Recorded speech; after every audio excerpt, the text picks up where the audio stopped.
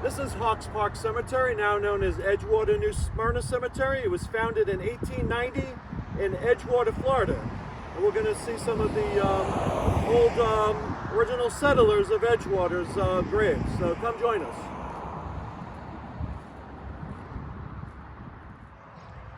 This is the grave of Annie M. Shyrock, born in 1867, passed away in 1911. This is the Berry family plot.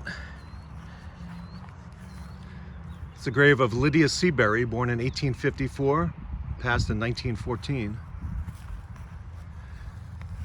This is John R. Berry, born in 1856, died in 1927. Elizabeth Lee Berry, born in 1863 and passed away in 1938. And Marie Louise Berry, unfortunately the tomb has been broken, but she was born in 1833 and passed away in 1908. This is the grave of Harry W. Sargent, born in 1880, passed away in 1924. And Maddie Flagg Sargent, born in 1850, passed in 1899, gone but not forgotten.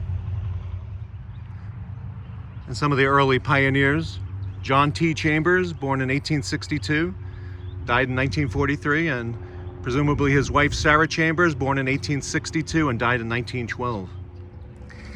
And another pioneer. This is the grave of Blewett Anderson, born in 1878 and passed away in 1941, uncle and father. This is the grave of a Confederate veteran, Thomas C. Marlowe, served in Martin's Company of Marion, Florida, Confederate States of America. It's an example of a hand-carved stone. I loved you, but God loved you best. Roger Ballard, born in 1888, died in 1918. The grave of another pioneer, Emma Waters, born in 1878 and passed away in 1918. This is the grave of Reverend L. J. Little, born in 1852, passed away in 1909. He died as he lived, a Christian. Unfortunately, another gravestone that has been broken is the grave of Louise G. Glover, born in 1863, died in 1907. Another of Hawks Park's pioneers. God's finger touched him and he slept. The grave of Edward Perry, another pioneer, born in 1859, passed in 1913. Though he sleeps, his memory doth live. This is the grave of Ernest E. Horde of Tennessee, served as a private in a cavalry regiment, passed away in 1923. Always sad to see the grave of an infant. This is Sarah Sams Bushell, born on August 19th, 1901, and passed away on October 1st, 1901. Our darling baby. James F. Canova was born in 1846, passed away at the age of 75 years in 1921, at rest. Grave of John Perrin Ditson, born in 1852, passed in 1915, another pioneer of Edgewater. This is the Rush family plot. The grave of Charles W. Rush, born in 1850, died in 1914. And Mary M., wife of Charles W. Rush, born in 1846, died in 1934. It says Fulford at the top. Grave of William Hawkins, born in 1834, died in 1915. His wife Mary Ann, born in 1837, passed in 1916. There'll be no parting there. These are the graves on the right of W.A. Mackenzie, born in 1858, passed in 1938, and Dorcasan Mackenzie, born in 1863 and passed in 1940. This is the grave of Anne Elizabeth, the wife of Reverend M.C. Curry. She died in 1890 at the age of 71 years old. So I was born in 1819. It's the grave of Father Benjamin F. Chilton, died in 1910 at the age of 62, so born in 1948. At rest, loved in life, remembered in death. Mary E. Chilton, born in 1855, passed in 1940. It's an old tombstone, and the writing that's actually etched around the letters, which is interesting. It's hard to read the first name. It looks like it could be Osville, but the last name's Lawson, and born in 1881, and looks like passed in the 1800s. It's hard to figure out. You get a little closer look at how it's etched in there.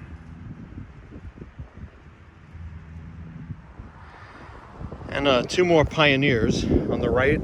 Andrew W.H. Goodwin, M.D., born in 1849, passed away in 1903. Presumably his wife, Frances M. Goodwin, born in 1852, died in 1936.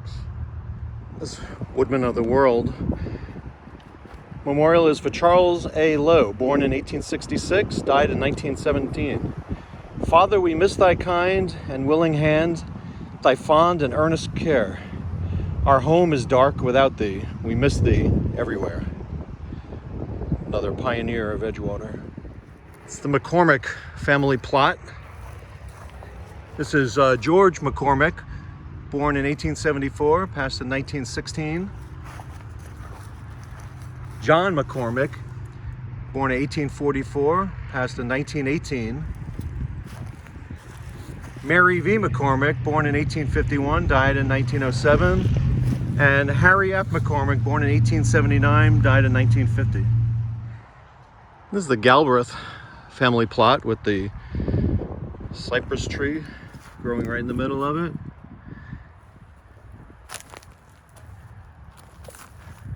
This is the grave of Samuel Andrew Galbraith, born in 1849, passed in 1937. Tennessee Stout Galbraith, born in 1848, passed in 1918. And Frank Russell Galbraith, born in 1873, passed in 1897. All pioneers of Edgewater.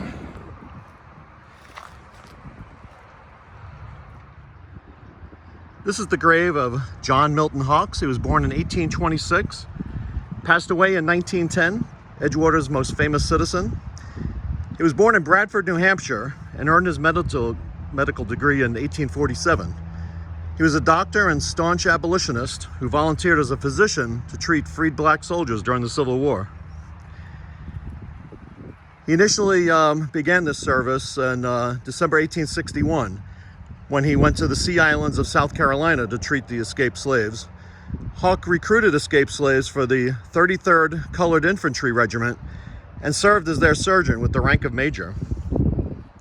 After the Civil War, Hawks practiced medicine in Jacksonville, Florida, treated free slaves, created the first Freedmen's Savings Bank, and founded the Florida Land and Lumber Company, which provided jobs and homes for freed slaves. Hawks established Freemanville in present-day Port Orange for freed slaves. After the Civil War, Hawks relocated to Florida. He served in the Florida House of Representatives, representing Volusia County from 1868 to 1870. He was also an author who wrote The East Coast of Florida, a descriptive narrative published in 1887, and he was also the first superintendent of Volusia County Schools. Hawks also founded the settlement of Hawks Park, which is now present-day Edgewater. Hawks' wife, Esther, was also a doctor and educated black soldiers and their families. Her diary was discovered in an attic in 1975 and published as A Woman Doctor's Civil War.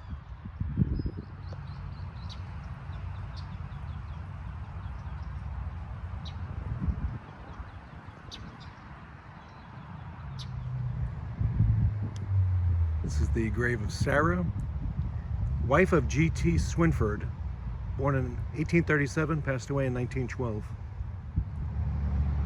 These are the graves on the right of C.O. Moore, born in 1834, passed away in 1919, and to the left is his wife, born in 1889, passed away in 1895.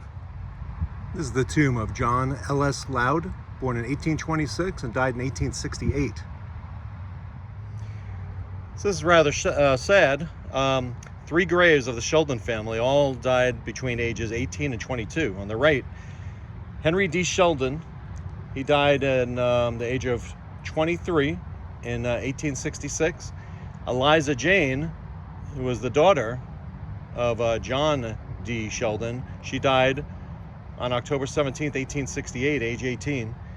And on the left, William R. Sheldon. He died on October 4th, 1872, at age 18 years old. Dedicated to those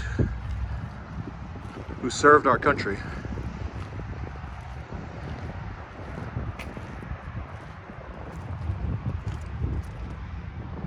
Members of the United States Air Force,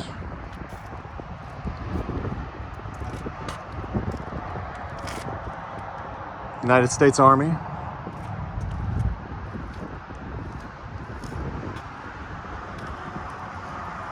United States Navy, and the United States Marine Corps. And very much a curiosity beneath the Spanish moss and the live oaks. It's a wind phone in an outhouse type looking building, a telephone booth. And indeed there is a wind phone, but it is ornamental only. It is a wooden craft. An interesting touch for the cemetery. If you enjoyed this trip to Edgewater, New Smyrna Cemetery with us, please click like, subscribe to our channel, and we will see you on our next adventure.